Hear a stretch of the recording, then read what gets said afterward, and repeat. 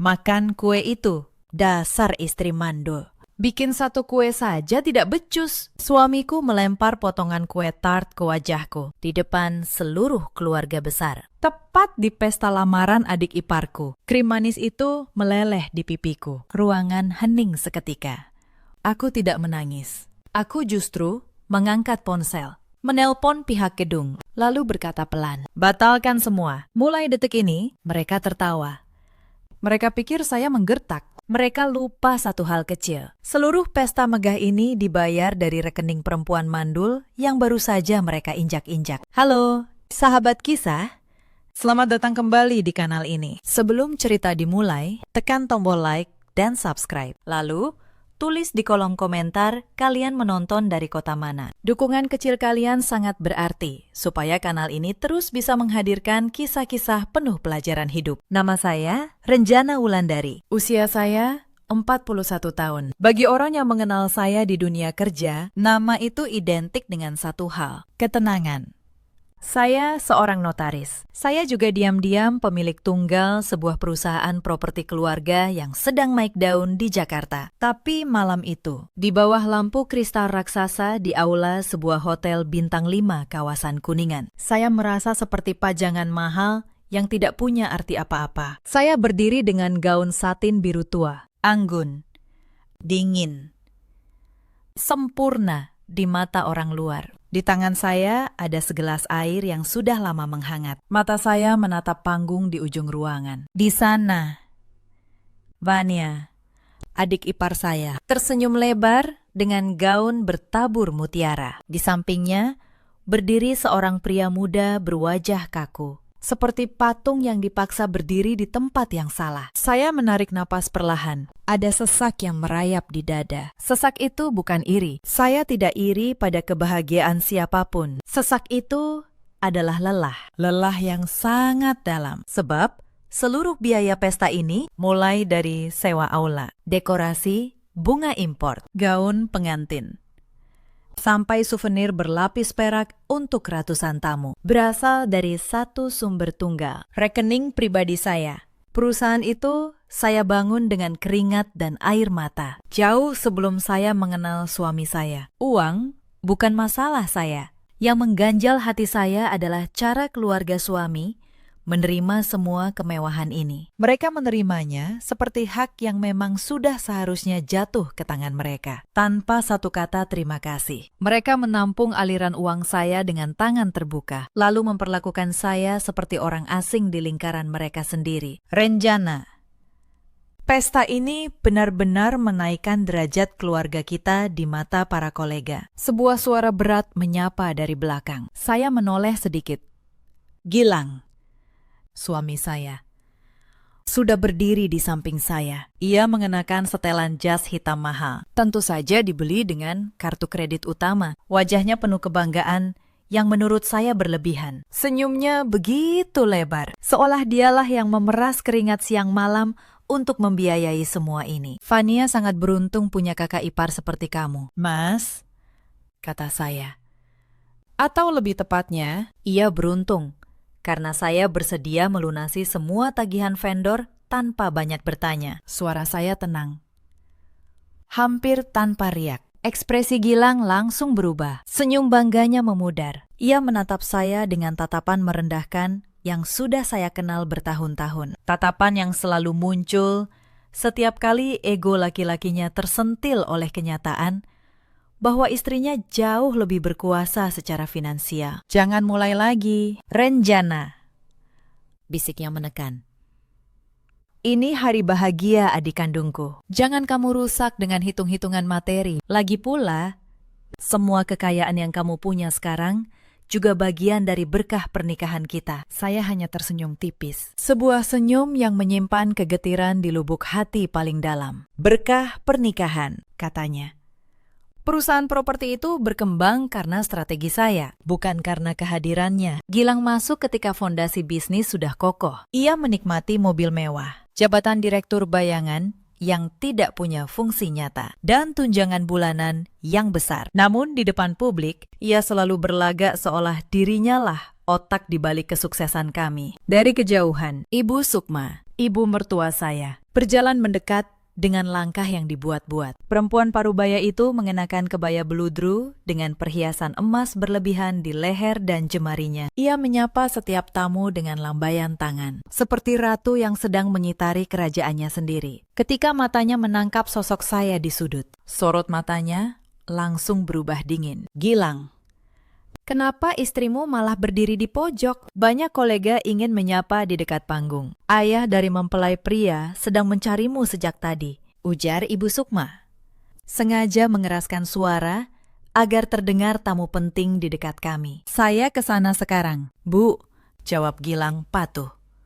Ia melirik saya sekilas, memberi tatapan peringatan tajam agar saya tidak membuat ulah. Lalu ia melangkah pergi menyusul ibunya. Saya kembali ditinggalkan sendirian di sudut aula. Dan saat itu, jauh di dalam tas tangan saya, sebuah dokumen tipis sudah menunggu untuk mengubah segalanya. Mari saya ceritakan dari awal. 9 tahun lalu, saya menikahi Gilang bukan karena ia kaya. Justru sebaliknya. Saat itu saya sudah punya kantor notaris sendiri dan baru merintis perusahaan properti kecil. Gilang hanya karyawan biasa di sebuah perusahaan logistik. Saya jatuh cinta pada pria yang waktu itu tampak sederhana dan penuh perhatian. Saya pikir saya menemukan tempat berlindung. Ibunya, Ibu Sukma, sejak awal tidak pernah benar-benar menerima saya. Di hari pertama saya datang ke rumahnya. Ia menatap saya dari ujung kepala sampai ujung kaki. Notaris, ya.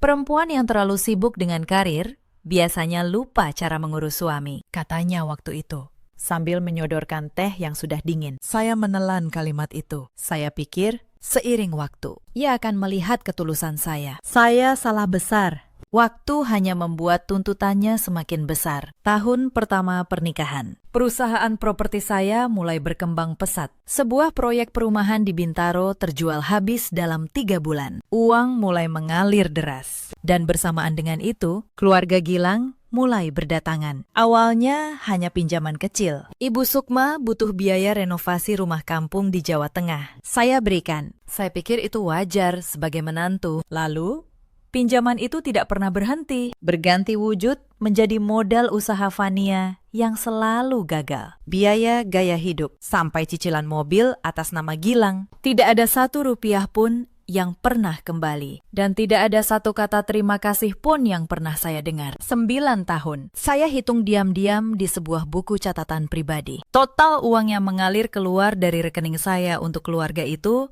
mencapai 12 miliar rupiah. Yang paling menyakitkan bukan angkanya, tapi cara mereka memperlakukan saya setelahnya di setiap acara keluarga. Saya selalu jadi sasaran sindiran tentang rahim saya yang 9 tahun belum juga memberi keturunan. Perempuan kaya tapi mandul itu seperti sawah luas yang tidak bisa ditanami. Begitu Ibu Sukma pernah berkata di depan seluruh keluarga.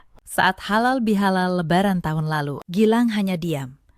Ia tidak pernah sekalipun membela saya. Justru ia memanfaatkan rasa bersalah saya. Berkali-kali ia membujuk saya menyerahkan sebagian aset perusahaan ke namanya sebagai kompensasi karena saya tak bisa memberinya anak. Untungnya sebagai notaris, saya tahu betul nilai sebuah tanda tangan. Saya tidak pernah menyerahkan apapun. Itulah satu-satunya hal yang menyelamatkan saya. Naluri hukum saya yang tidak pernah tidur. Saya masih ingat satu malam, sekitar tahun ketiga pernikahan. Saat itu saya pulang dengan demam tinggi.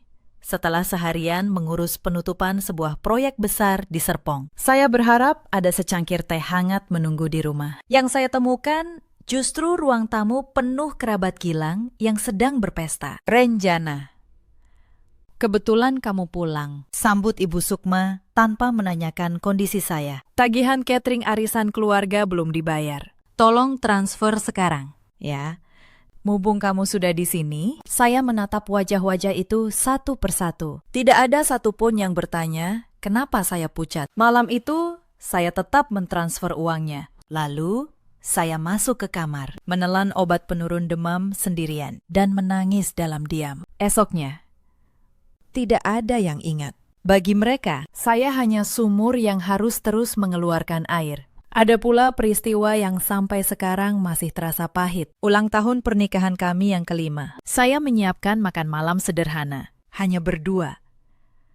ikan goreng, sayur asem, dan sambal terasi kesukaan Gilang. Tapi Gilang pulang larut lengkap dengan ibu dan adiknya. Mereka membawa daftar belanja untuk renovasi toko Vania yang entah keberapa kalinya. Untuk apa makan-makan berdua segala? Buang-buang waktu, kata Ibu Sukma sambil mendorong piring saya ke pinggir meja. Lebih baik kita bahas modal usaha Vania. Itu lebih penting daripada hal sentimental yang tidak ada gunanya. Lilin yang saya nyalakan padam, terkena angin dari pintu yang dibuka kasar. Dan bersama lilin itu, sesuatu di dalam hati saya juga ikut padam, sedikit demi sedikit. Saya pelan-pelan berhenti berharap. Saya berhenti meminta dicintai. Saya hanya bertahan sambil diam-diam mencatat setiap luka di buku hitam saya yang mereka tidak pernah sadari. Perempuan yang terlalu sering disakiti pada akhirnya berhenti merasa sakit. Ia mulai berpikir, dan perempuan yang berpikir jauh lebih berbahaya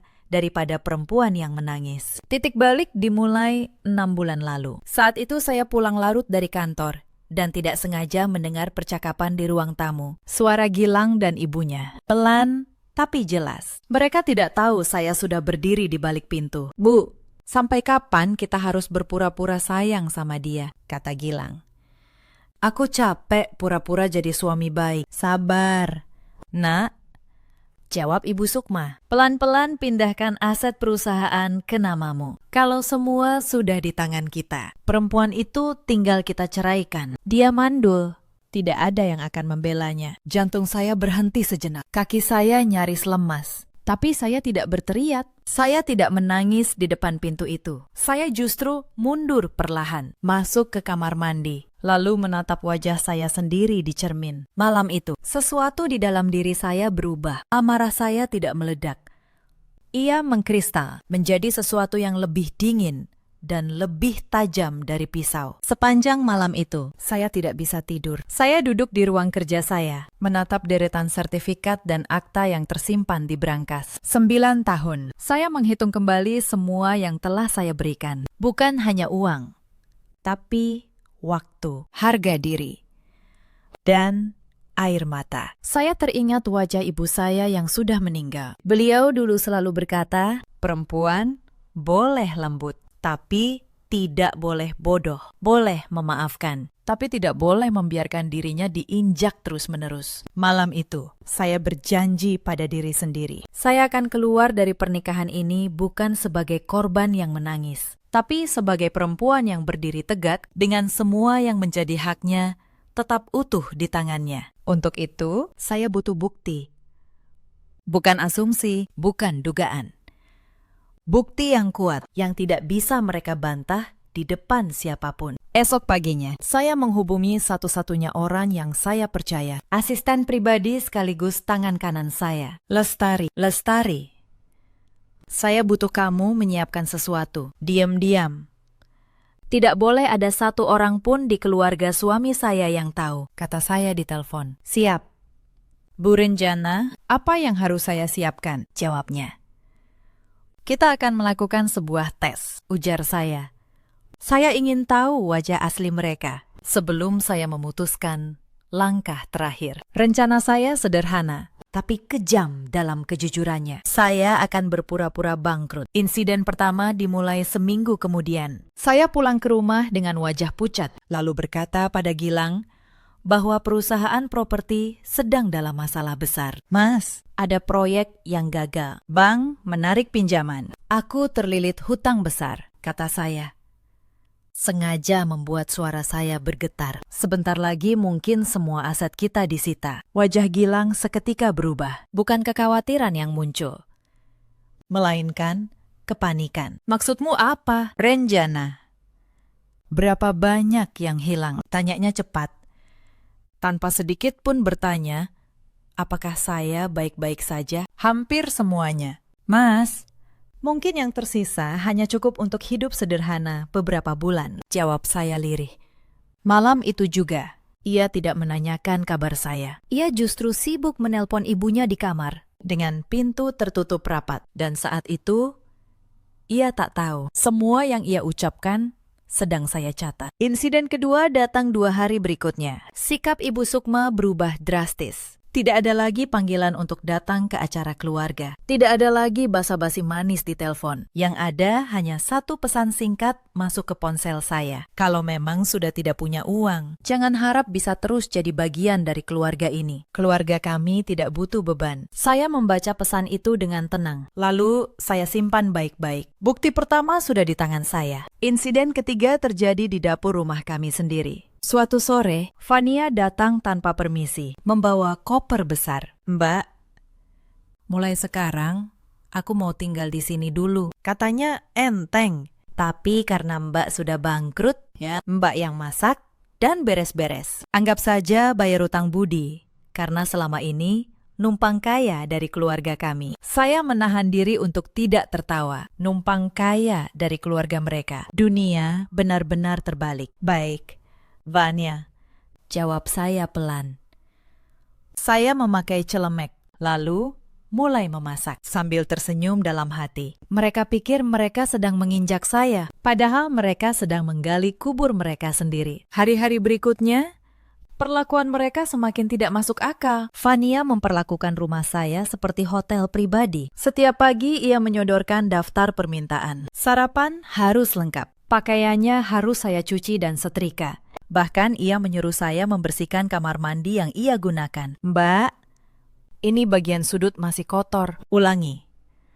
Katanya suatu pagi sambil menunjuk lantai kamar mandi dengan ujung sandalnya. Pantas saja Mas Gilang malas pulang. Istrinya saja tidak becus bersih-bersih. Saya menahan napas. Tangan saya yang biasa menandatangani akta bernilai miliaran, kini memegang sikat lantai. Tapi saya tidak marah, saya justru mengamati. Setiap penghinaan adalah bukti tambahan. Setiap perlakuan kasar adalah satu paku lagi di peti mati mereka sendiri. Suatu sore, tetangga sebelah, Bu Hesti, kebetulan melihat saya menjemur cucian dalam jumlah banyak di halaman. Bu Renjana, kok sekarang sibuk sekali urusan rumah? Biasanya kan ada asisten. Tanyanya heran.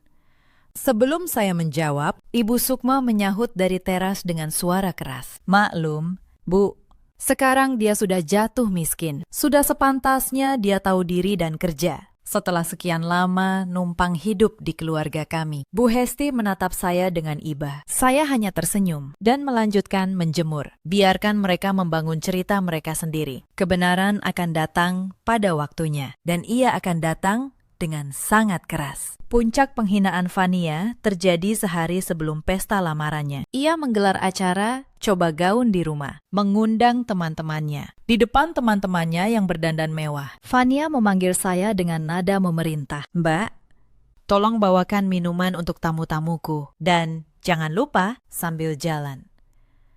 Jaga sikap. Jangan sampai teman-temanku tahu kalau kakak iparku ini cuma mantan orang kaya yang sekarang jadi pembantu di rumahku. Teman-temannya tertawa pelan. Saya berdiri di sana, membawa nampan berisi gelas, dengan tatapan puluhan mata yang merendahkan. Saya tidak menjawab. Saya hanya meletakkan nampan itu dengan tenang, lalu mundur teratur. Di dalam hati, saya mencatat satu hal lagi. Besok, di pesta yang sama, tempat mereka mempermalukan saya. Semua tawa ini akan berbalik menjadi tangis. Saya pulang ke kamar, membuka laptop, dan mengirim satu pesan terakhir pada Pak Wisnu. Pakistan, besok kita eksekusi. Pastikan semua dokumen siap di lokasi. Insiden keempat adalah yang paling menyakitkan. Suatu malam, Gilang pulang dalam keadaan setengah mabuk. Ia menatap saya dengan jijik, seolah saya barang rusak yang ingin segera ia buang. Renjana, kita harus bicara serius, katanya. Kalau kamu memang sudah jatuh miskin, lebih baik kita pikirkan jalan terbaik. Aku tidak bisa terus hidup dengan perempuan yang tidak bisa kasih anak. Dan sekarang malah jadi beban. Kata cerai memang belum ia ucapkan, tapi maksudnya jelas. Seperti siang hari, aku mengerti. Mas, jawab saya tenang.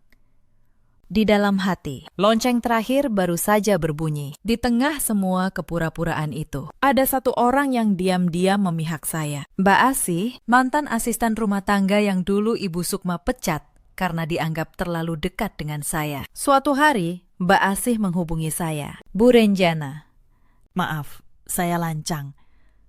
Saya dengar dari tetangga, ibu sekarang diperlakukan kasar sekali. Saya tidak tega, katanya.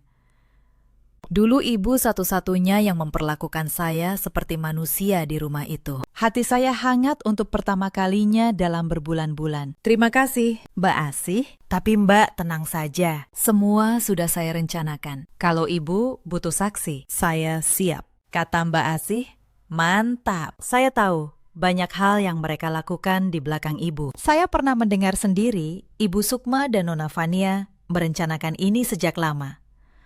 Saya menyimpan tawarannya. Seorang saksi yang pernah tinggal di rumah itu adalah tambahan yang sangat berharga. Sedikit demi sedikit, semua kepingan bukti berkumpul di tangan saya. Insiden kelima.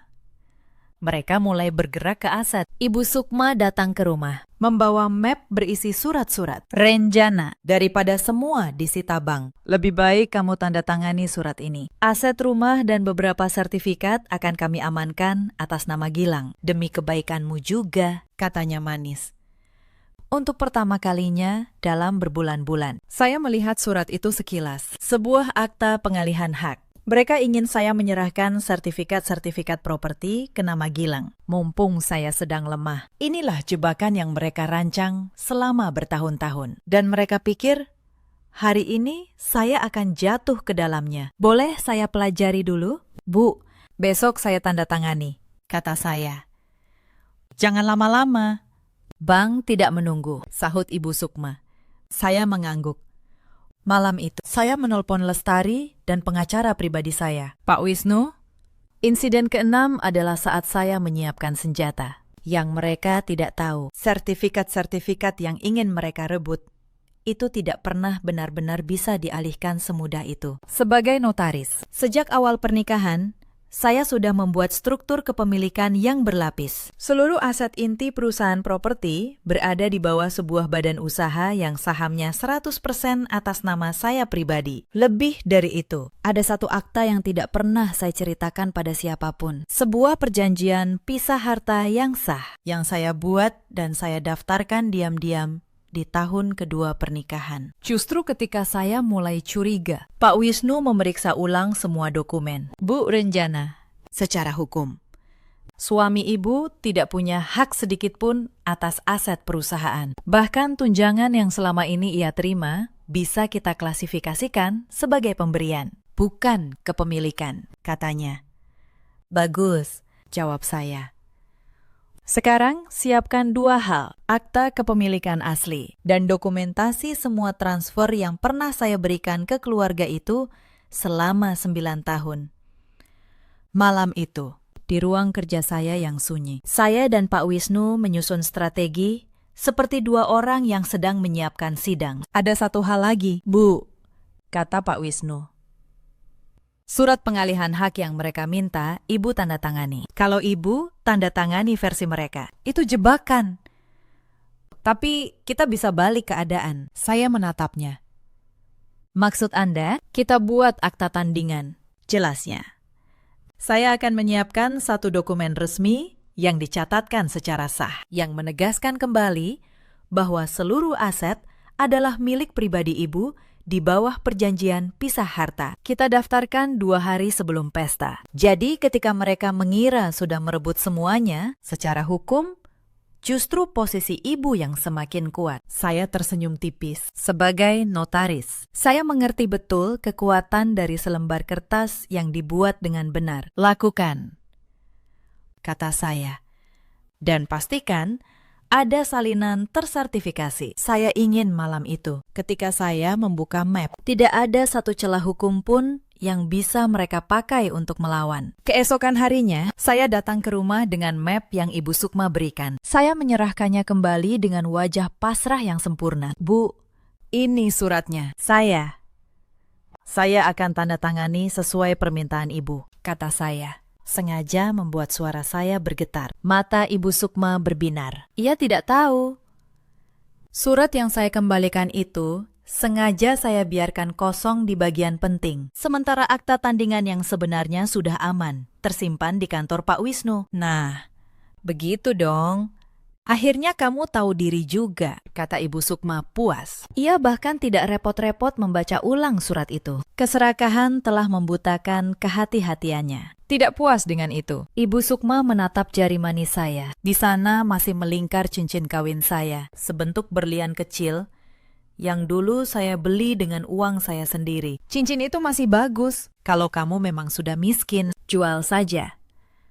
Uangnya bisa untuk tambahan biaya pesta Vania. Katanya enteng. Toh pernikahanmu juga sudah hampir selesai. Untuk apa kamu menyimpan benda itu? Saya menatap cincin di jari saya. Lalu saya melepasnya pelan dan meletakkannya di telapak tangan Ibu Sukma. Ambil saja, Bu, kata saya tenang. Benda ini memang sudah tidak punya arti apa-apa lagi. Sama seperti pernikahan yang ia wakili. Ibu Sukma menggenggam cincin itu dengan puas. Ia tidak menyadari betapa dinginnya nada suara saya. Ia pikir ia menang. Padahal saya baru saja melepaskan rantai terakhir yang mengikat saya pada keluarga itu. Insiden ketujuh. Mereka semakin berani karena saya tampak diam dan pasrah. Mereka pikir saya benar-benar sudah kalah. Vania mulai menjual barang-barang di rumah seenaknya. Ibu Sukma mulai mengatur isi rumah seolah itu miliknya. Bahkan Gilang sudah mulai menyebut nama seorang perempuan lain di teleponnya. Seorang teman lama yang katanya lebih mengerti dirinya. Suatu malam, saya tidak sengaja mendengar ia bicara di balkon. Suaranya manis. Sesuatu yang sudah lama tidak pernah ia tujukan pada saya. Sabar, ya.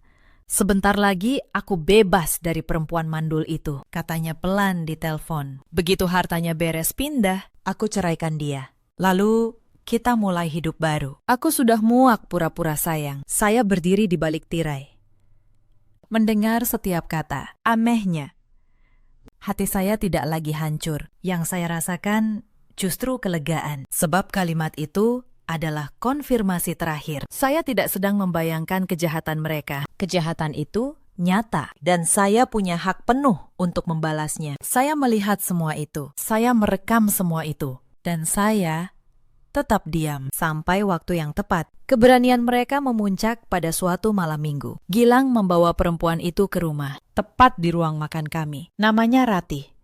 Ia duduk di kursi saya, makan dari piring keluarga kami. Sementara Ibu Sukma melayaninya seolah ia menantu baru. Renjana, kebetulan kamu di sini, kata Ibu Sukma santai. Kenalkan, ini Ratih, perempuan yang jauh lebih cocok untuk Gilang. Tolong buatkan teh untuk tamu kita, ya.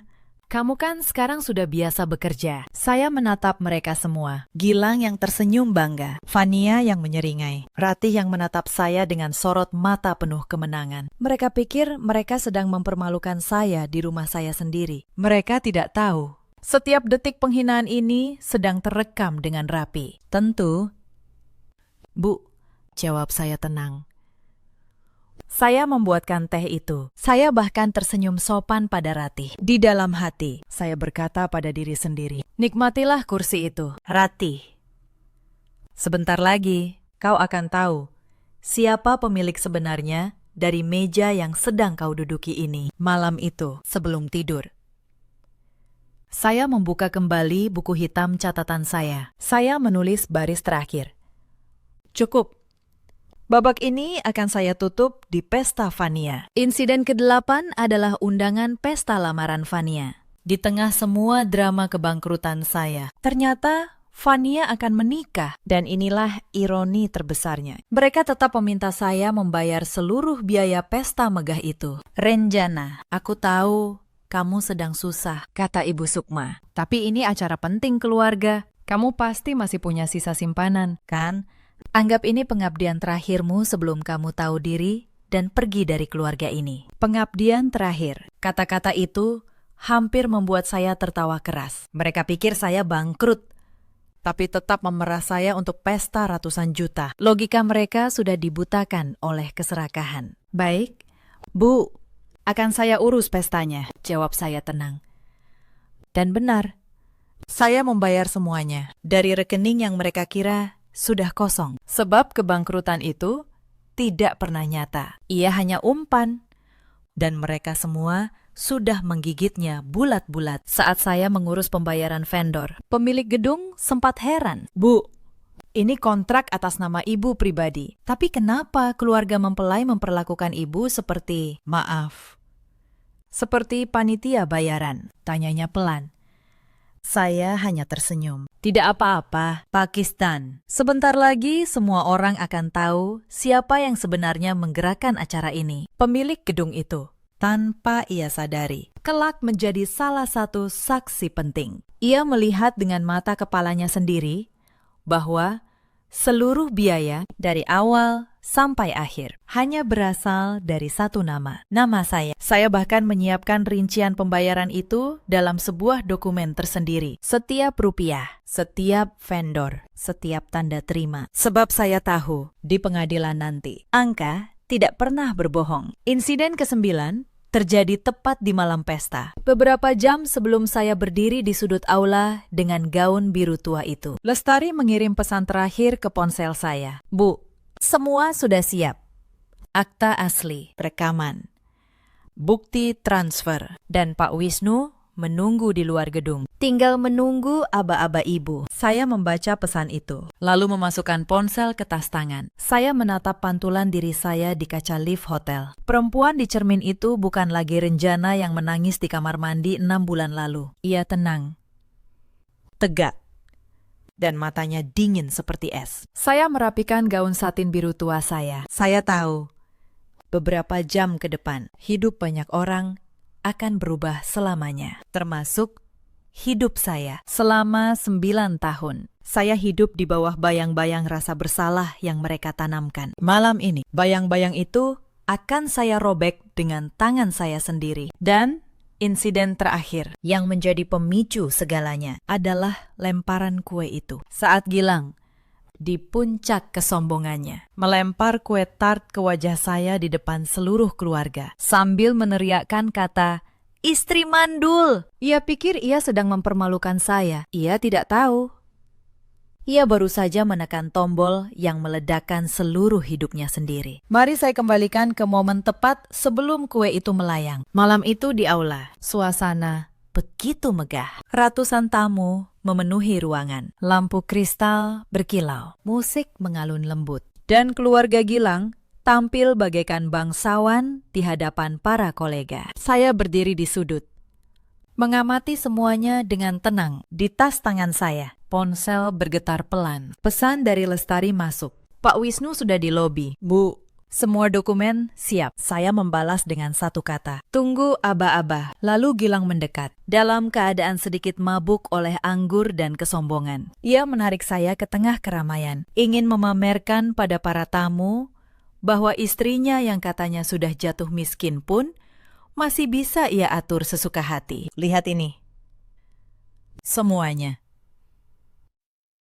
kata Gilang keras, menarik perhatian tamu. Inilah istriku. Dulu sombong karena merasa kaya. Sekarang sudah bangkrut, tapi masih saja tidak becus jadi istri. Kue untuk adikku saja dia tidak bisa siapkan dengan benar. Ia mengambil sepotong kue tart dari meja. Wajahnya penuh ejekan. Itulah detik ketika kue itu melayang ke wajah saya. Dan itulah detik ketika kesabaran 9 tahun akhirnya mencapai garis akhirnya. Krim kue itu masih menempel di pipi saya. Aula yang tadi riuh kini hening total. Ratusan tamu menatap ke arah kami. Sebagian terkejut, sebagian berbisik. Saya tidak mengusap wajah saya. Saya justru mengeluarkan ponsel dari tas, lalu menelpon pihak gedung dengan suara yang sangat tenang. Selamat malam. Ini Renjana Wulandari, pemegang kontrak penyewaan aula malam ini. Saya minta seluruh acara dihentikan. Sekarang juga, matikan musik, hentikan catering, dan tahan semua pembayaran vendor, kata saya. Musik berhenti mendadak. Lampu panggung meredup. Gilang menatap saya dengan bingung. Renjana, apa-apaan ini? Kamu sudah gila. Saya berbalik menghadapnya. Untuk pertama kalinya dalam 9 tahun, saya menatap matanya tanpa rasa takut sedikit pun. Asal kamu tahu, Mas, kata saya pelan. Tapi cukup keras agar didengar semua tamu. Seluruh pesta megah ini, dari aula sampai gaun adikmu, dibayar dari rekening perempuan mandul yang baru saja kamu lempari kue. Bisikan-bisikan di ruangan itu mulai menggumpal. Ibu Sukma bergegas mendekat, wajahnya merah padam. Renjana, beraninya kamu mempermalukan keluarga ini di depan semua orang. Bukankah kamu sudah bangkrut? Uang dari mana kamu bayar semua ini? Bentaknya. Saya tersenyum tipis. Inilah pertanyaan yang sudah saya tunggu sejak 6 bulan lalu. Bangkrut. Ulang saya.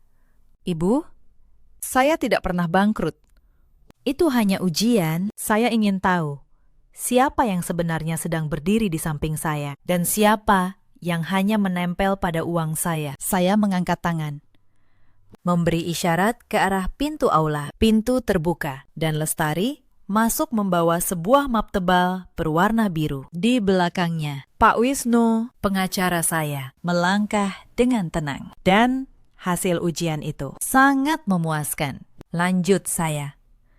Saya membuka map itu di atas meja terdekat, di hadapan keluarga besar dan para tamu penting. Lembar pertama, kata saya, mengangkat selembar dokumen. Akta pisah harta yang sah. Didaftarkan 9 tahun lalu. Di tahun kedua pernikahan kami. Secara hukum, Gilang tidak pernah punya hak 1 rupiah pun atas perusahaan saya. Wajah Gilang memucat. Mulutnya terbuka. Tapi tidak ada suara keluar. Lembar kedua, lanjut saya. Mengangkat tumpukan yang lebih tebal. Catatan seluruh transfer uang dari rekening saya ke keluarga ini. Selama 9 tahun. Totalnya 12 miliar rupiah. Renovasi rumah. Modal usaha Fania yang selalu gagal. Cicilan mobil Gilang. Semua tercatat rapi. Lengkap dengan tanggal. Para tamu mulai berbisik lebih keras. Beberapa kolega bisnis keluarga itu mulai menggeleng-geleng. Dan lembar terakhir, kata saya, sambil menatap Ibu Sukma lurus-lurus. Rekaman percakapan. Suara Ibu dan Gilang 6 bulan lalu. Merencanakan untuk memindahkan aset saya. Lalu menceraikan saya karena saya mandul. Saya menekan tombol di ponsel saya. Suara Ibu Sukma sendiri menggema di aula yang hening. Pelan-pelan pindahkan aset perusahaan ke namamu. Kalau semua sudah di tangan kita, perempuan itu tinggal kita ceraikan. Aula itu pecah. Para tamu menatap Ibu Sukma dan Gilang dengan tatapan jijik. Itu rekaman palsu. Dia mengarang semuanya, jerit Ibu Sukma. Mencoba menyelamatkan muka. Saat itulah dari arah pintu, sebuah suara lain terdengar. Rekaman itu asli. Bu, saya yang dulu sering mendengar Ibu merencanakan ini di dapur. Semua mata menoleh. Mbak Asih melangkah masuk. Berdiri tegak di samping Lestari. Saya Asih, mantan asisten rumah tangga keluarga ini, katanya pada para tamu. Selama bertahun-tahun, saya menyaksikan bagaimana Bu Renjana diperas dan dihina. Saya bersedia bersaksi di pengadilan demi kebenaran. Wajah Ibu Sukma berubah pucat pasi. Sekarang tidak ada lagi yang bisa ia bantah. Bapak dari mempelai pria yang tadinya begitu hormat pada keluarga ini, berdiri dari kursinya dengan wajah merah. Jadi, seluruh kemegahan ini hanya tipuan. Keluarga kalian hidup dari uang menantu yang kalian hianati, katanya keras. Pernikahan ini saya batalkan. Saya tidak mau anak saya masuk ke keluarga seperti ini. Para kolega bisnis yang hadir mulai meninggalkan ruangan satu persatu. Beberapa dari mereka adalah rekan yang selama ini mengira Gilang adalah pengusaha sukses. Ternyata selama ini dia cuma menumpang di perusahaan istrinya. Terdengar bisikan seorang tamu. Memalukan sekali. Fania menjerit. Gaun pengantinnya yang bertabur mutiara seketika terasa seperti kostum lelucon. Tidak. Jangan batalkan, Mbak Renjana. Tolong. Kami minta maaf. Fania berlari ke arah saya, mencoba meraih tangan saya. Saya menarik tangan saya pelan. Maaf, Vania. Kamu yang bilang aku numpang kaya dari keluargamu. Ingat, sekarang silakan buktikan keluargamu bisa hidup tanpa uang yang kalian sebut beban itu. Fania jatuh terduduk di lantai, menangis di antara serpihan dekorasi mewah yang saya bayar dengan uang saya sendiri. Ibu Sukma mencoba pendekatan terakhir. Ia mengubah nada suaranya menjadi lembut. Sesuatu yang belum pernah saya dengar selama 9 tahun. Renjana, nak, Ibu minta maaf. Selama ini, Ibu salah. Kita keluarga, kan? Mari kita selesaikan ini baik-baik di rumah, katanya. Mencoba menggenggam tangan saya. Saya menatapnya dengan tenang. Bu, 9 tahun saya menunggu Ibu menyebut saya nak dengan tulus. Dan Ibu baru melakukannya sekarang. Ketika Ibu butuh uang, saya lagi. Sayang sekali, sudah terlambat. Gilang akhirnya menemukan suaranya. Ia mencengkeram lengan saya. Renjana, kita bisa bicarakan ini baik-baik. Aku suamimu. Apapun yang kamu punya, itu juga milikku, katanya panik. Saya melepaskan tangannya dengan tegas. Tidak ada yang milikmu. Mas, akta pisah harta itu sudah menjelaskan semuanya. Dan mulai besok, pengacara saya akan mengurus gugatan cerai. Lengkap dengan tuntutan pengembalian seluruh dana yang pernah keluargamu ambil dengan cara menipu. Kamu tidak bisa begini padaku. Aku sudah memberimu 9 tahun hidupku, bentak Gilang. Suaranya mulai putus asa. 9 tahun, ulang saya pelan. Mas, kamu tidak memberi saya apa-apa. Kamu mengambil rumah, mobil, jabatan. Semua dari saya. Yang kamu beri hanya penghinaan dan air mata. Sekarang giliran saya menutup buku itu. Pak Wisnu melangkah maju, meletakkan sebuah surat resmi di tangan Gilang. Ini surat panggilan pertama. Kami sarankan Anda segera mencari pengacara sendiri. Saya melangkah ke tengah aula, di antara ratusan tamu yang terdiam. Krim kue masih di pipi saya, tapi saya berdiri lebih tegak dari siapapun di ruangan itu. Selama 9 tahun. Kalian memperlakukan saya seperti mesin uang dan pembantu di rumah saya sendiri, kata saya. Kalian menghina rahim saya, padahal kalian sendiri yang busuk. Malam ini, saya kembalikan semua penghinaan itu. Bukan dengan teriakan, tapi dengan hitam di atas putih. Lalu saya berbalik dan melangkah keluar dari aula itu, meninggalkan keluarga yang baru saja runtuh di atas kemewahan yang mereka bangun dari uang saya. 3 bulan berlalu sejak malam itu. Pagi ini, sinar matahari hangat menembus dinding kaca ruang kerja saya di lantai paling atas gedung perusahaan. Di atas meja jati saya, tidak ada lagi dokumen pengadilan. Yang ada hanya rencana ekspansi proyek properti baru yang akan diluncurkan bulan depan. Lestari masuk membawa map biru dan secangkir teh melati kesukaan saya. Selamat pagi, Bu Renjana. Ini laporan akhir mengenai perceraian dan pengembalian Asep, katanya. Terima kasih, Lestari. Bagaimana kabar mereka sekarang? Tanya saya. Menyesap teh perlahan. Wajah Lestari menyiratkan sedikit rasa jijik saat menjelaskan. Pengadilan memenangkan gugatan ibu sepenuhnya. Gilang diwajibkan mengembalikan sebagian dana yang bisa dibuktikan. Tapi karena ia tidak punya aset apapun atas namanya sendiri, ia praktis jatuh miskin total. Saya mengangguk pelan. 9 tahun ia hidup dari uang saya dan tidak pernah membangun apapun untuk dirinya sendiri. Saya masih ingat hari persidangan terakhir. Gilang datang dengan setelan jas lama yang sudah kusam, ditemani pengacara murahan yang tampak tidak yakin pada kasusnya sendiri. Saat akta pisah harta dan semua bukti transfer dibacakan di depan hakim, wajah Gilang memucat. Ia tidak menyangka, perempuan yang selama ini ia remehkan ternyata telah menyiapkan setiap langkah secara hukum jauh sebelum ia bergerak. Mbak Asih bersaksi dengan tenang dan jelas. Pemilik gedung juga hadir, menegaskan bahwa seluruh biaya pesta berasal dari rekening saya. Satu persatu, kebohongan keluarga itu runtuh di ruang sidang. Di akhir persidangan, Gilang sempat menatap saya, mencoba membangkitkan rasa iba. Saya hanya menatapnya balik, datar dan tanpa emosi. Tidak ada lagi yang tersisa di antara kami. Hanya angka, dokumen, dan keadilan yang berbicara. Ibu Sukma dan Fania, tanya saya lagi. Mereka terpaksa menjual rumah kampung yang dulu ibu renovasi untuk menutup utang. Sekarang mereka menyewa rumah petak kecil di pinggiran kota, jawab Lestari. Pernikahan Fania batal total. Kabar tentang perencanaan busuk mereka sudah menyebar ke seluruh keluarga besar. Tidak ada satupun kerabat yang mau membantu. Mereka semua memutus hubungan. Bagaimana dengan perempuan bernama Ratih itu? Tanya saya.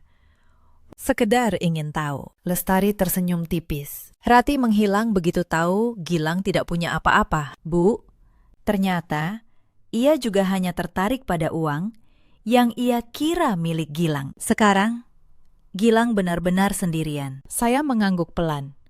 Pria yang dulu menukar saya demi perempuan yang ia kira lebih baik, kini ditinggalkan oleh perempuan itu juga. Karena alasan yang sama persis dengan yang membuatnya mengkhianati saya. Uang.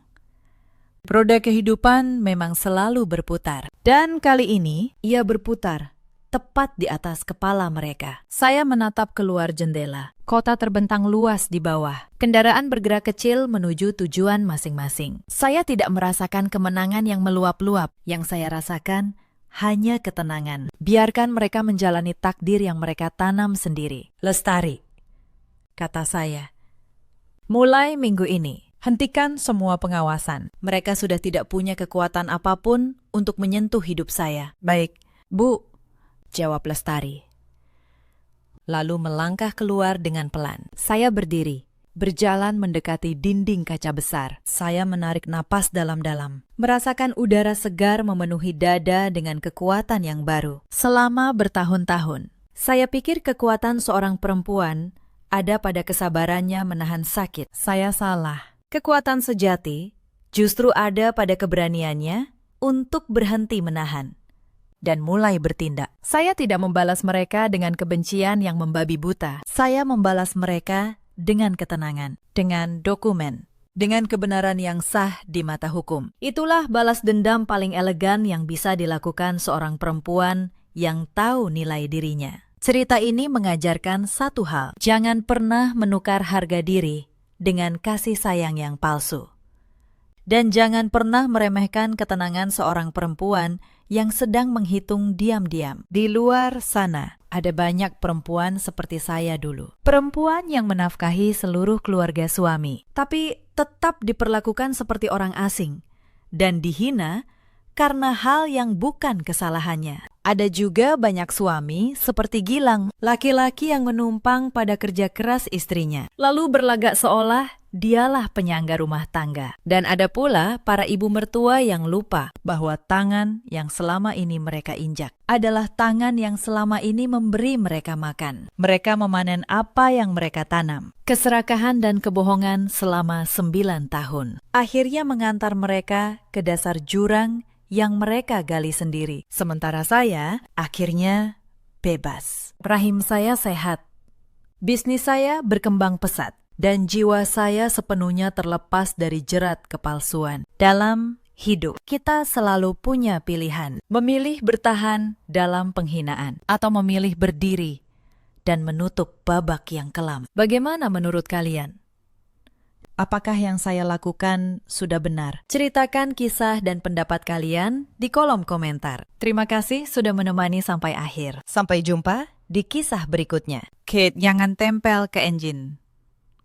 TTS Voice, một giọng nữ Indonesia trưởng thành kể chuyện ngôi thứ nhất. Gợi ý: engine speed equals 1, zero pitch equals, zero language equals Indonesian. Nếu engine hỗ trợ global emotion, B1 to B3 kamsedi. B4 tense leo thang, B5 tegas tenang dingin. B6 hangat xét thủ công, body không nhúng tác. Paste below this line. Saat perut saya melilit karena belum makan seharian, saya hanya meminta sepiring nasi kepada ibu mertua saya. Tetapi di depan seluruh keluarga, beliau menunjuk mangkuk makanan anjing di sudut dapur. Kalau lapar, makan saja dari sana, katanya sambil tertawa. Suami saya berdiri di ruangan yang sama. Ia melihat semuanya. Lalu, ia memilih diam seperti biasa. Saya tidak menangis. Saya hanya masuk ke kamar, mengemasi pakaian saya, dan pergi tanpa sepatah kata pun. Mereka pikir saya akan kembali memohon. Mereka selalu berpikir begitu. Tetapi 2 jam kemudian, telepon dari kantor pusat membuat suami saya pucat pasi. Ibu mertua saya jatuh terduduk di lantai, dan rumah yang selama 3 tahun memandang rendah saya itu mendadak runtuh dalam satu malam. Halo, sahabat semua. Selamat datang kembali di kanal ini. Sebelum kita mulai, tuliskan nama kota kalian di kolom komentar. Saya ingin tahu, dari mana saja kalian menemani cerita malam ini. Semoga yang sudah menekan tombol suka dan berlangganan selalu diberi kesehatan, umur panjang, dan rezeki yang lancar. Sekarang, izinkan saya menceritakan semuanya dari awal. Pernahkah kalian tinggal di sebuah rumah, namun tidak pernah benar-benar dianggap bagian dari keluarga di dalamnya? Perasaan itulah yang menghantui saya setiap pagi selama 3 tahun. Nama saya Larasati. Orang memanggil saya Laras. Usia saya 28 tahun. 3 tahun lalu, saya menikah dengan seorang pria bernama Reza. Saat itu, saya percaya hidup saya akan berubah menjadi lebih hangat. Saya tidak pernah menuntut rumah mewah. Saya tidak pernah meminta kehidupan yang serba ada. Bagi saya, memiliki suami yang mencintai dan menghargai sudah lebih dari cukup. Saya datang ke rumah keluarga Reza dengan hati penuh harapan. Rumah itu sederhana, catnya kusam di beberapa sudut. Halamannya sempit, dipenuhi pot bunga yang sebagian sudah layu. Namun saya tidak mempermasalahkannya. Yang saya lihat saat itu adalah tempat untuk membangun keluarga. Saya berharap mendapatkan seorang ibu kedua di sana. Sayangnya, harapan itu tidak bertahan lama. Ada satu hal yang tidak pernah saya ceritakan kepada keluarga Reza. Ayah saya, sebelum beliau meninggal, meninggalkan sebuah perusahaan. Bukan perusahaan kecil, sebuah grup usaha di Jakarta dengan kantor di kawasan Sudirman. Sejak ayah tiada, saya yang memegang kendali melalui notaris kepercayaan keluarga, Pak Tono. Tetapi saya memilih merahasiakannya. Saya ingin Reza mencintai saya sebagai Laras, bukan sebagai pemilik perusahaan. Saya ingin tahu, apakah keluarga ini mencintai saya atau hanya mencintai apa yang saya punya? Maka saya datang ke rumah itu sebagai perempuan biasa, tanpa mobil mahal, tanpa perhiasan. Saya pikir kalau mereka tetap menyayangi saya yang sederhana, cinta itu pasti tulus. Saya tidak pernah menyangka, justru kesederhanaan itulah yang mereka jadikan alasan untuk menginjak saya. Pada minggu-minggu pertama, semuanya masih terlihat baik. Ibu mertua saya, Bu Yati, memang tidak ramah, tetapi saya pikir itu hanya soal waktu. Saya berusaha menghormatinya. Setiap pagi saya bangun lebih awal untuk memasak. Saya membersihkan rumah tanpa diminta. Saya mencuci dan menyetrika pakaian seluruh keluarga. Saya bahkan menyiapkan teh hangat untuk Bu Yati setiap pagi. Sebelum beliau bangun, saya melakukannya dengan tulus. Bukan karena terpaksa, bukan karena ingin dipuji. Saya hanya ingin diterima. Saya ingin menjadi menantu yang baik. Namun ternyata, semakin baik saya bersikap, semakin rendah pula saya diperlakukan. Awalnya hanya hal kecil. Kalau masakan saya kurang asin, Bu Yati mengomel sepanjang hari. Kalau terlalu asin, beliau bilang, saya tidak becus menjadi istri. Kalau sayur yang saya beli tidak sesuai seleranya. Beliau membandingkan saya dengan menantu tetangga. Lihat menantu Bu Sri, katanya. Pintar, cekatan, tahu diri. Tidak seperti kamu, saya mencoba bersabar. Saya selalu ingat nasihat ibu saya sebelum menikah. Ibu pernah berkata, rumah tangga tidak selalu mudah. Kadang kita harus mengalah agar keadaan tetap damai. Karena itu, saya terus menahan diri. Saya menelan semua perkataan menyakitkan itu. Hari demi hari berlalu. Bulan demi bulan berganti. Lalu perlahan, saya menyadari sesuatu yang pahit. Saya bukan dianggap anggota keluarga. Saya hanya dianggap orang yang mengurus rumah. Setiap pagi sebelum matahari terbit, saya sudah berada di dapur. Saya memasak sarapan, menyapu, mengepel, mencuci, menyetrika, membersihkan kamar, merapikan halaman. Semua itu saya lakukan seorang diri. Bu Yati hampir tidak pernah membantu. Beliau duduk di ruang tamu, menonton televisi, atau mengobrol dengan tetangga. Dan setiap kali ada tamu, beliau selalu memperkenalkan saya dengan nada merendahkan. Ini menantu saya, katanya.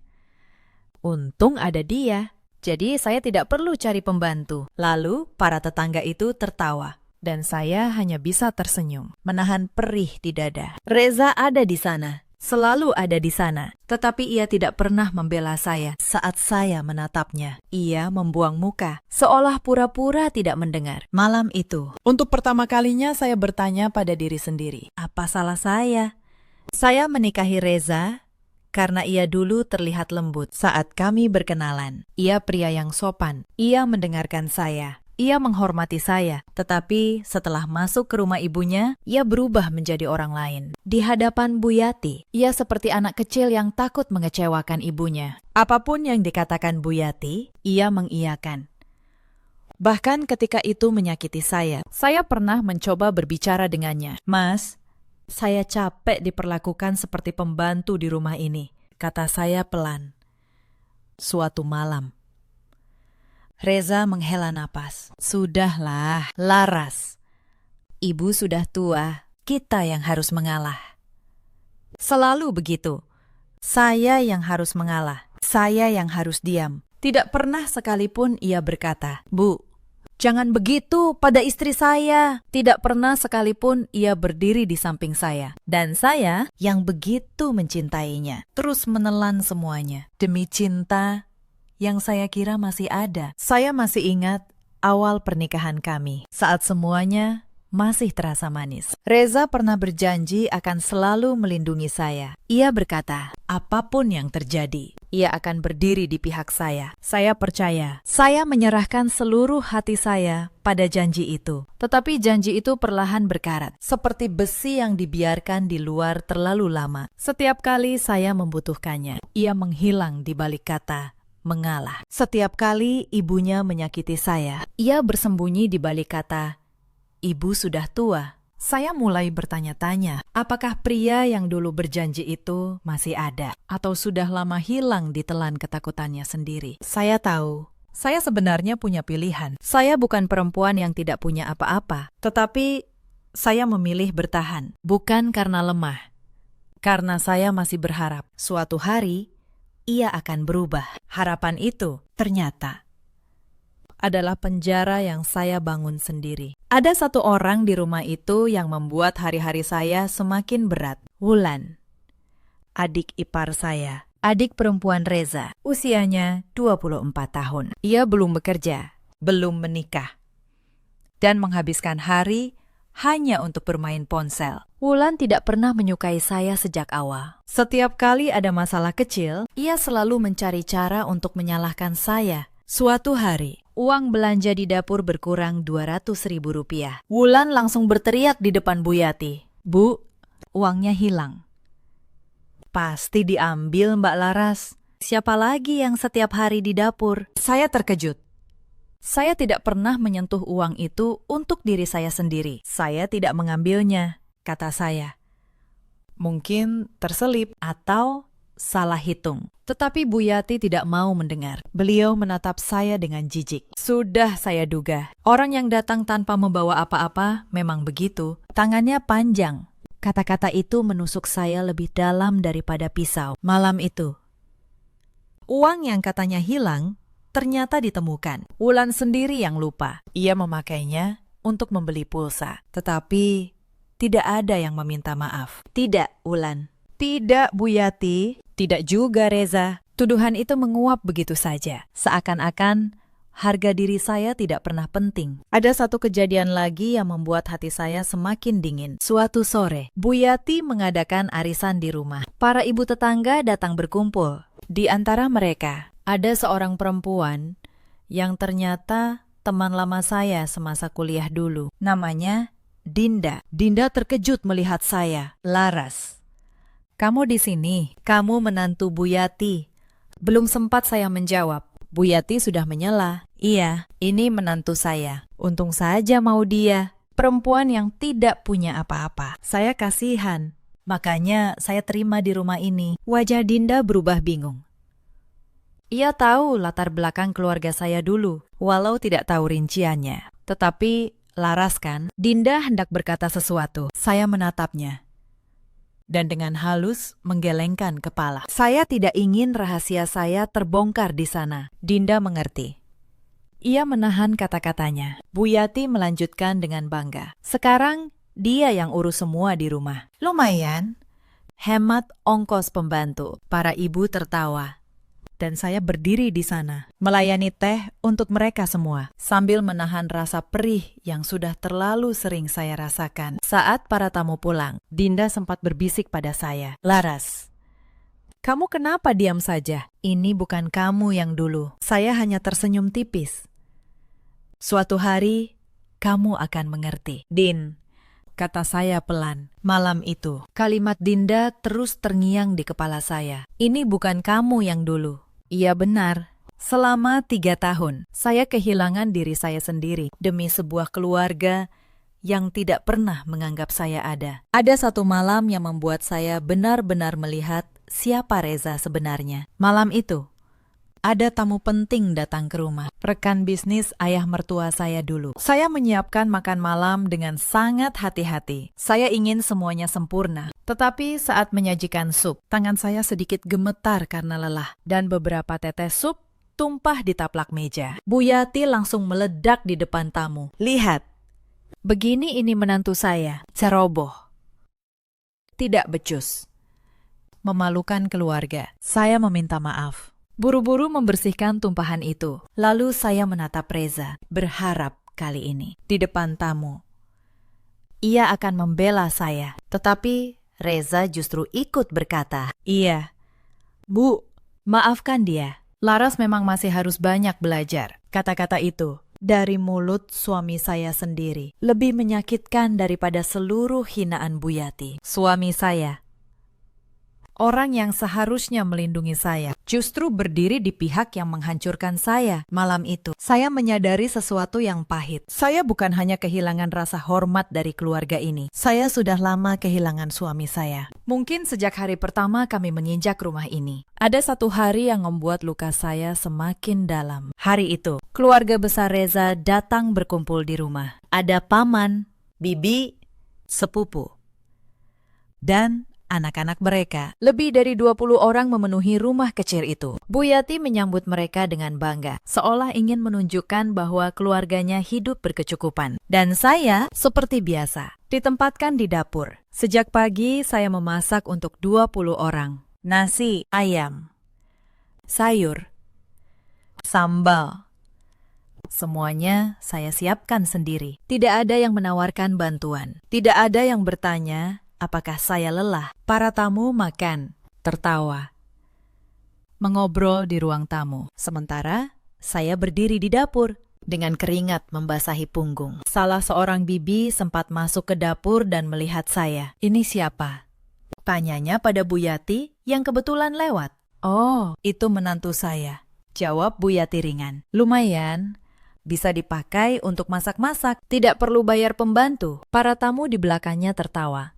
Saya menunduk, pura-pura sibuk mengaduk masakan. Saat semua tamu sudah makan, saya baru bisa duduk sebentar di pojok dapur. Tetapi belum sempat saya menyuap 1 sendok pun, Wulan datang. "Mbak, piring kotornya menumpuk tuh. Cuci dulu, baru makan," katanya.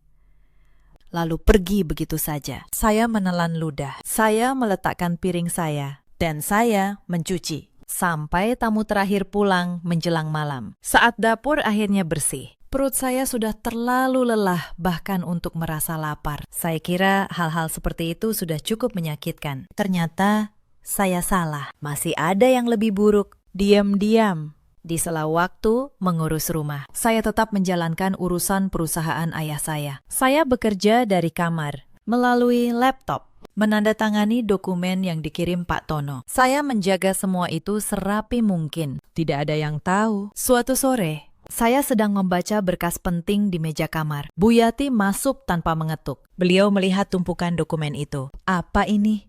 tanyanya. Mengernyit. "Sok sibuk. Sok jadi orang penting." Sebelum saya sempat menjawab, beliau menyambar berkas-berkas itu. "Daripada main kertas-kertas tidak jelas, lebih baik kerja yang benar di rumah ini." Lalu, di depan mata saya, beliau merobek dokumen-dokumen itu dan membuangnya ke tempat sampah. Saya membeku.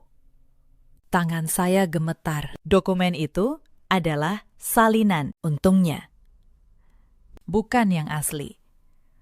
Tetapi yang hancur malam itu bukan hanya kertas, Yang hancur adalah sisa rasa hormat saya pada rumah ini. Saya memungut potongan-potongan kertas itu satu persatu dalam diam. Dan untuk pertama kalinya, saya berpikir mungkin sudah waktunya saya berhenti diam. Beberapa minggu kemudian, saya jatuh sakit cukup parah. Demam saya tinggi, kepala saya berputar, dan badan saya menggigil sepanjang malam. Saya berbaring di kamar, berharap ada seseorang yang peduli. Tetapi pagi harinya, Bu Yati mengetuk pintu dengan keras. "Laras, sampai jam segini belum masak. Mau sampai kapan tidur-tiduran?" "Bu, saya sakit," kata saya lemah. Demam saya tinggi sekali. Sakit. Bu Yati mendengus. "Dulu saya melahirkan 7 anak, juga tetap masak. Jangan manja. Bangun. Kerjakan tugasmu." Saya memaksakan diri bangun, dengan kepala yang terasa mau pecah. Saya berjalan ke dapur. Tangan saya gemetar saat memegang pisau. Pandangan saya kabur. Reza melihat saya pucat seperti itu. Ia tahu saya sakit. Tetapi ia hanya berkata, "Pelan-pelan saja, Laras." Lalu pergi ke kantor. Tidak ada obat. Tidak ada perhatian. Tidak ada satupun yang menanyakan keadaan saya. Hari itu saya memasak sambil menahan air mata. Bukan karena demam, tetapi karena saya sadar di rumah ini saya bahkan tidak boleh sakit. Lalu datanglah masa Lebaran. Rumah dipenuhi suasana hari raya. Bau opor ayam, rendang, dan ketupat memenuhi udara. Para keponakan datang dengan baju baru, menunggu amplop berisi uang dari Bu Yati dan Reza. Saya, seperti biasa, sibuk di dapur sejak subuh, menyiapkan hidangan untuk semua tamu. Saat sungkeman, saya mencium tangan Bu Yati dengan tulus, memohon maaf lahir dan batin. Beliau hanya menarik tangannya, tanpa berkata apa-apa. Lalu Reza membagikan THR kepada seluruh keponakan. Lembar demi lembar uang baru berpindah tangan. Bahkan pembantu tetangga pun diberi sedikit amplop oleh Bu Yati. Tetapi saya, menantu yang setiap hari membanting tulang di rumah itu, tidak menerima apa-apa. Saya berdiri di pojok ruangan, memandang kemeriahan itu seperti orang asing. Di hari yang seharusnya penuh maaf dan kasih sayang, saya justru merasa paling sendirian. Malam itu, di kamar, saya menatap langit-langit dan berbisik pada diri sendiri. Sampai kapan saya harus bertahan seperti ini? Beberapa bulan terakhir, ada sesuatu yang berubah di rumah itu. Bu Yati lebih sering menerima telepon dengan nada cemas. Reza pulang larut dengan wajah lelah. Saya tidak tahu persis apa yang terjadi, tetapi saya bisa merasakan ada tekanan yang menggantung di udara. Suatu malam, saya tidak sengaja mendengar mereka berbicara di ruang tengah. "Utangnya sudah menumpuk, Bu," kata Reza dengan suara tertekan. "Kalau begini terus, perusahaan bisa ambruk. Jual saja sebagian aset," jawab Bu Yati. "Atau cari pinjaman lagi. Pokoknya jangan sampai orang tahu kita kesulitan." Saya berdiri di balik dinding, mendengarkan dalam diam. Jadi keluarga ini sedang dalam masalah keuangan. Tetapi yang membuat saya terkejut adalah apa yang terjadi keesokan harinya. Bu Yati memanggil saya ke ruang tamu. Wulan duduk di sampingnya. "Laras," kata Bu Yati dengan nada memerintah, "mulai besok, kamu cari kerja di luar. Apa saja, jadi pelayan, jadi penjaga toko, terserah." Saya mengernyit. "Maksud ibu?" "Keluarga ini butuh tambahan uang," katanya. "Kamu selama ini cuma menumpang makan di rumah ini. Sekarang waktunya kamu berguna." "Tetapi Bu, saya sudah mengerjakan semua pekerjaan rumah," kata saya. Wulan menyahut sinis. "Pekerjaan rumah itu memang sudah kewajibanmu. Mbak, itu bukan kerja yang menghasilkan uang. Pokoknya," Bu Yati memotong, "cari kerja yang gajinya bisa kamu setor ke rumah dan berhenti main kertas-kertas tidak jelas di kamar itu. Itu cuma buang-buang waktu." Saya hampir tertawa pahit. Mereka tidak tahu. Kertas-kertas tidak jelas itu adalah dokumen sebuah grup usaha yang nilainya jauh melampaui perusahaan mereka. Tetapi saya hanya diam. Saya mengangguk pelan, lalu kembali ke kamar. Beberapa hari kemudian, ada hal yang membuat saya benar-benar tidak bisa lagi diam. Bu Yati masuk ke kamar saya dan langsung membuka laci meja rias saya tanpa izin. Di sana, ada sebuah cincin emas, satu-satunya perhiasan yang selalu saya jaga. Cincin itu peninggalan ibu kandung saya sebelum beliau meninggal. Bagi saya, nilainya tak terhingga. Ini emas, kan? Kata Bu Yati, mengangkat cincin itu. Lumayan, bisa dijual untuk menutup sebagian utang perusahaan. Saya berdiri, jantung saya berdebar. Bu, itu cincin peninggalan ibu saya. Tolong, jangan ambil itu. Peninggalan. Bu Yati mendengus. Kamu tinggal di rumah ini, makan dari rumah ini. Sudah sepantasnya kamu menyumbang untuk keluarga. Tetapi Bu, itu satu-satunya kenangan dari ibu saya, kata saya. Suara saya bergetar. Bu Yati tidak peduli. Beliau menggenggam cincin itu erat-erat. Besok saya jual. Anggap saja ini balas budimu. Saya hampir merebutnya, tetapi saya menahan diri. Saya tahu, kalau saya melawan sekarang, semuanya akan menjadi keributan besar. Maka, saya hanya menatap cincin itu menghilang di genggaman Bu Yati. Malam itu, saya menelpon Pak Tono dengan tangan gemetar. Pak Tono, kata saya pelan, tolong urus satu hal untuk saya. Ada sebuah cincin emas yang akan dijual ke toko emas besok. Beli kembali cincin itu, berapapun harganya. Baik, Bu, jawab Pak Tono. Akan saya urus. Cincin itu akhirnya kembali ke tangan saya beberapa hari kemudian, tanpa Bu Yati pernah tahu. Tetapi malam itu, sambil menggenggam laci yang sudah kosong, saya menyadari sesuatu yang dingin di dalam dada saya. Kesabaran saya sudah sampai di ujungnya. Di dalam kamar, saya duduk di tepi tempat tidur, menatap laptop saya yang tertutup. Malam itu, saya menyadari sesuatu. Selama 3 tahun, saya membiarkan mereka menentukan siapa saya. Mungkin sudah waktunya saya yang menentukan siapa sebenarnya mereka di hadapan saya. Puncak penghinaan itu datang pada satu malam yang tidak akan pernah saya lupakan. Hari itu saya sakit, kepala saya pusing, badan saya demam.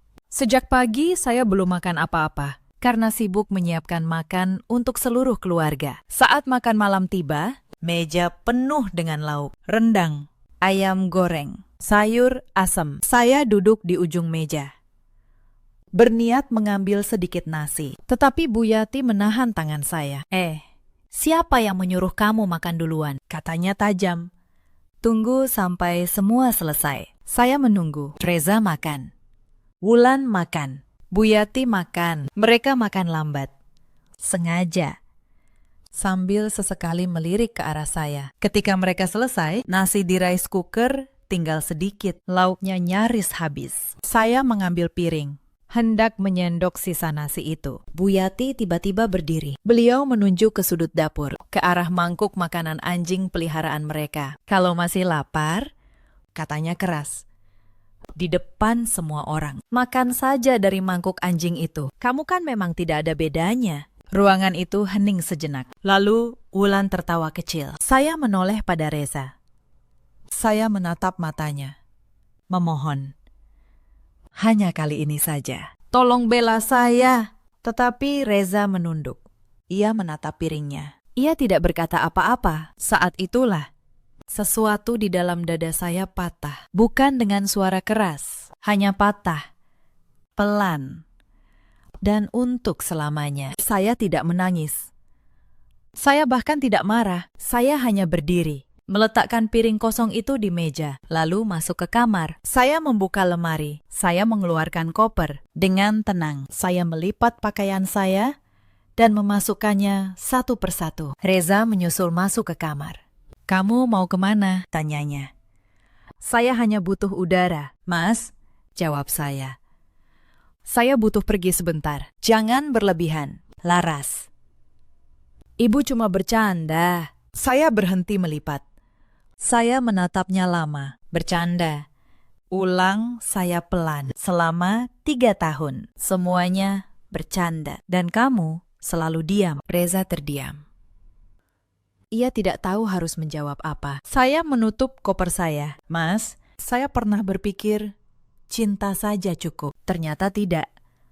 Cinta butuh dihormati. Lalu, saya berjalan keluar dari kamar. Melewati ruang makan, tempat Bu Yati dan Wulan masih duduk. Bu Yati menyeringai. Pergi saja sana. Paling besok pagi sudah merangkak balik. Mau makan apa kamu di luar? Saya tidak menjawab.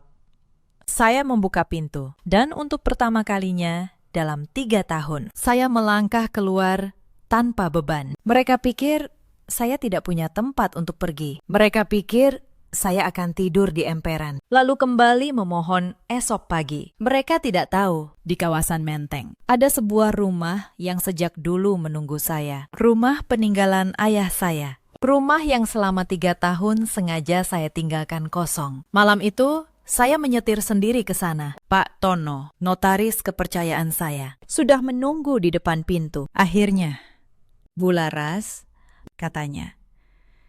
Tersenyum lega. Saya sudah lama menunggu hari ini. Saya masuk ke rumah itu. Lampu menyala terang. Semuanya bersih, rapi, hangat.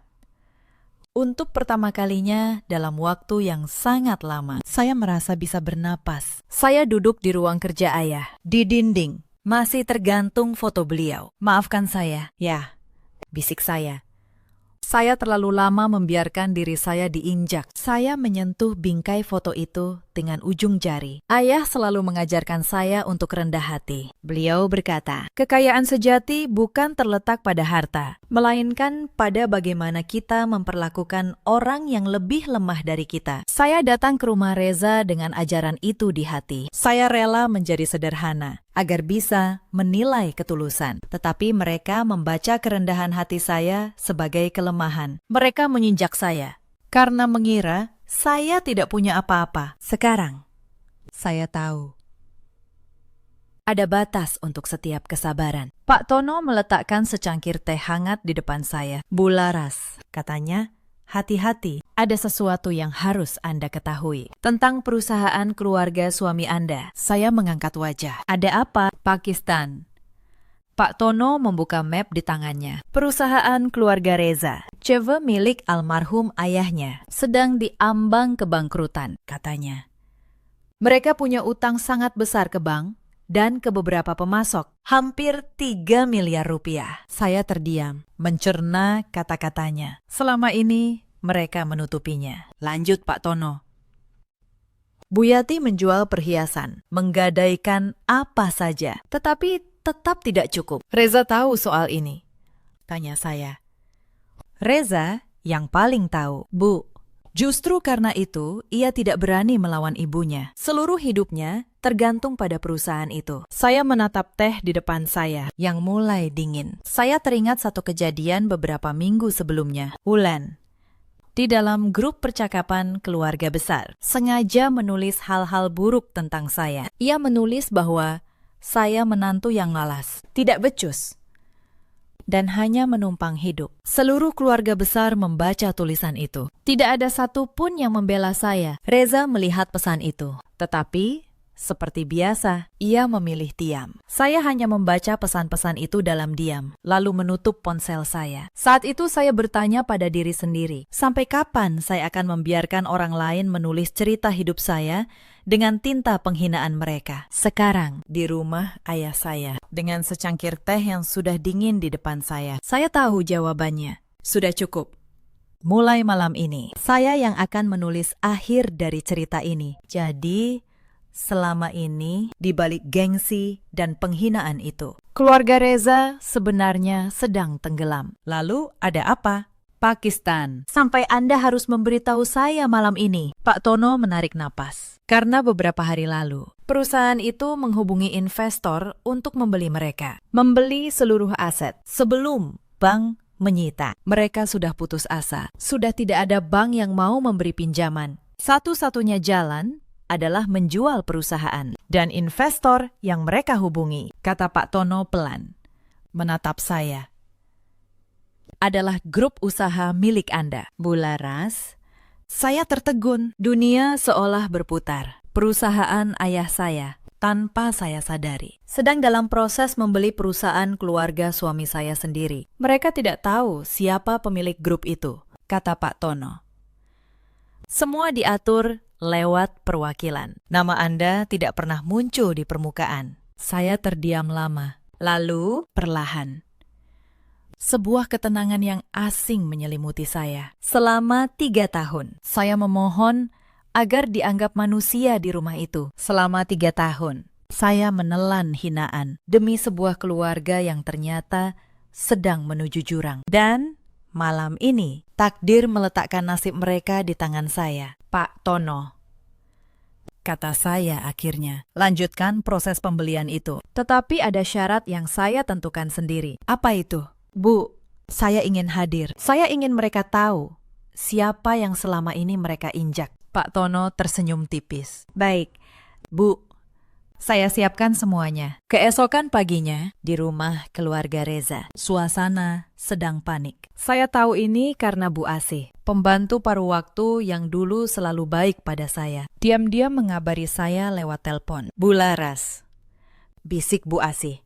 Di sini ramai sekali. Pak Reza dan Bu Yati teriak-teriak soal utang. Katanya kalau tidak ada uang dalam 3 hari, rumah ini disita. Saya mendengarkan dalam diam. Bu Asih adalah satu-satunya orang di rumah itu yang selalu baik kepada saya. Saat saya kelelahan, beliau diam-diam membawakan saya segelas air. Saat saya menangis di dapur, beliau menepuk punggung saya. Beliau pernah berkata, Bu Laras itu orang baik, saya yakin. Suatu hari, kebaikan Bu akan dibalas. Saya selalu mengingat kata-kata itu di hari-hari tergelap saya. Bu Asih, kata saya lembut, terima kasih sudah memberitahu saya, dan terima kasih sudah selalu baik pada saya selama ini. Saya cuma kasihan, Bu, jawab Bu Asih. Bu Laras tidak pantas diperlakukan seperti itu. Mulai sekarang, Bu Asih tidak perlu khawatir lagi, kata saya. Semuanya akan baik-baik saja. Dan tadi malam, lanjut Bu Asih, ada surat dari kantor pusat investor. Katanya Pak Reza harus datang ke kantor di Sudirman malam ini juga. Saya menutup telepon dengan tenang. Malam ini, semuanya akan selesai malam ini. Saya membuka lemari, mengeluarkan satu setelan kerja yang sudah lama tidak saya pakai. Setelan yang dulu saya simpan rapat-rapat, agar tidak ada yang tahu siapa saya sebenarnya. Saya berdiri di depan cermin. Untuk pertama kalinya dalam 3 tahun, saya melihat diri saya yang sesungguhnya. Saya teringat malam-malam saat saya tidur dengan air mata. Di kamar sempit yang nyaris tanpa jendela. Kamar itu dulunya gudang. Bu Yati sengaja menempatkan saya di sana, sambil berkata, kamar yang lebih baik hanya untuk anak kandungnya. Saya teringat saat saya kelelahan dan tetap harus melayani semua orang tanpa boleh mengeluh. Saya teringat setiap penghinaan, setiap tatapan rendah, setiap kata yang menusuk. Semua itu malam ini akan berakhir. Bukan menantu yang diinjak, bukan pembantu tanpa nama, tetapi Larasati, pemilik grup usaha yang malam ini akan menentukan nasib mereka semua. Malam itu, langit Jakarta gerimis. Di sebuah gedung tinggi di kawasan Sudirman, lampu lantai paling atas menyala terang. Reza datang dengan wajah cemas. Ia memakai kemeja terbaiknya, berharap bisa memohon keringanan. Ia tidak tahu siapa yang akan ia temui. Bu Yati ikut datang, begitu juga Wulan. Mereka memaksa ikut. Takut kehilangan satu-satunya harapan. Mereka masuk ke lobi gedung megah itu dengan langkah ragu. Merasa kecil di tempat asing. Seorang sekretaris menyambut mereka. Silakan ke ruang rapat di lantai atas. Pemilik sudah menunggu. Pemilik, Reza menelan ludah. Saya kira saya akan bertemu manajer keuangan. Sekretaris itu hanya tersenyum sopan. Pemilik ingin menemui Anda langsung. Lift membawa mereka naik. Lantai demi lantai. Jantung Reza berdebar. Ia tidak tahu di balik pintu ruang rapat itu, masa lalunya sedang menunggu. Pintu ruang rapat terbuka. Ruangan itu luas. Dindingnya kaca. Memandang ke seluruh kota yang berkelip di bawah hujan. Di kepala meja panjang, sebuah kursi membelakangi mereka, menghadap jendela. Silakan duduk, kata seorang notaris berwibawa. Pak Tono. Pemilik akan segera menyapa Anda. Reza, Bu Yati, dan Wulan duduk dengan canggung. Di atas meja sudah tersusun dokumen-dokumen, akta, surat utang, surat pembelian perusahaan. Sebelum kita mulai, kata Pak Tono, Saya ingin menyampaikan bahwa pemilik kami telah mempelajari kasus perusahaan Anda secara menyeluruh. Tolong, Pakistan. Suara Bu Yati bergetar. Gengsinya runtuh oleh ketakutan. Beri kami kesempatan. Perusahaan itu satu-satunya yang kami punya. Kesempatan. Ulang sebuah suara perempuan. Pelan. Dari arah kursi yang membelakangi mereka, suara itu. Reza mengenali suara itu. Kursi itu berputar perlahan, dan di sanalah saya. Larasati menatap mereka dengan tenang. Dari kursi pemilik, wajah Reza memucat seketika. Laras. Suaranya nyaris tidak keluar. Bu Yati terbelalak. Tubuhnya seperti kehilangan tenaga. Ia hampir terjatuh dari kursi. Wulan menutup mulutnya dengan kedua tangan. Matanya membeliak tidak percaya. Selamat malam, kata saya. Tenang. Maaf membuat kalian menunggu. Ini tidak mungkin. Bu Yati menggeleng cepat. Kamu cuma menantu. Kamu cuma pembantu. Potong saya. Dengan senyum tipis yang dingin. Silakan lanjutkan, Bu. Saya ingin dengar. Bu Yati terdiam. Wajahnya pucat pasi. Reza masih berdiri di tempatnya. Kakinya seolah membeku. Ia menatap saya seperti melihat orang yang sama sekali asing. Bagaimana mungkin, gumamnya. Selama ini kamu tinggal di kamar kecil itu. Kamu mencuci. Kamu memasak. Iya, Mas, kata saya. Saya melakukan semua itu sambil setiap malam menandatangani dokumen yang menentukan nasib ribuan karyawan. Saya bisa saja tinggal di rumah mewah dengan pelayan yang melayani saya. Tetapi saya memilih datang ke rumah kalian sebagai perempuan sederhana karena saya ingin tahu apakah keluarga ini mencintai saya atau hanya akan mencintai harta saya. Saya berhenti sejenak, menatap mereka satu persatu. Sekarang saya sudah tahu jawabannya. Mari kita bicara seperti orang dewasa, kata saya. Perusahaan keluarga kalian berutang hampir 3 miliar. 3 hari lagi, bank akan menyitanya dan grup usaha yang akan membelinya. Satu-satunya yang bisa menyelamatkan kalian dari kehancuran adalah milik saya. Saya meletakkan sebuah berkas di tengah meja. Selama ini saya bekerja dari kamar kecil di rumah kalian. Dokumen yang dulu ibu robek dan buang ke tempat sampah. Itu bagian dari grup ini. Saya berdiri, berjalan pelan mengelilingi meja. 3 tahun, kata saya. Selama 3 tahun, saya bangun sebelum matahari terbit. Saya memasak, mencuci, mengepel, melayani kalian semua. Saya tidak pernah meminta apa-apa. Saya hanya ingin diterima sebagai manusia. Saya berhenti di belakang kursi Bu Yati. Tetapi ibu menyuruh saya makan dari mangkuk anjing. Di depan semua orang. Bu Yati menunduk. Tangannya gemetar di atas pangkuan. Dan kamu, Mas, kata saya. Beralih menatap Reza. Kamu ada di sana. Setiap kali. Kamu melihat semuanya. Dan kamu memilih diam. Mata Reza berkaca-kaca. Laras. Saya tidak tahu kamu. Tidak tahu saya kaya. Potong saya. Itu masalahnya, Mas. Kamu baru menyesal sekarang setelah tahu siapa saya. Bukan karena kamu sadar saya tersakiti. Ruangan itu hening. Hanya suara hujan yang terdengar dari balik kaca. Kalau saya tetap menantu miskin yang kalian kira selama ini, kata saya. Apakah kalian akan memperlakukan saya berbeda? Tidak. Wulan tiba-tiba menangis. Mbak Laras, maafkan saya. Saya yang dulu menuduh Mbak mencuri. Saya menyesal. Saya menatapnya. Kamu menyesal karena sekarang nasib kalian ada di tangan saya. Bukan karena kamu pernah benar-benar peduli pada saya. Wulan terdiam. Air matanya semakin deras. Bu Laras, Bu Yati akhirnya bersuara. Suaranya pecah. Saya salah. Saya sombong. Saya kejam.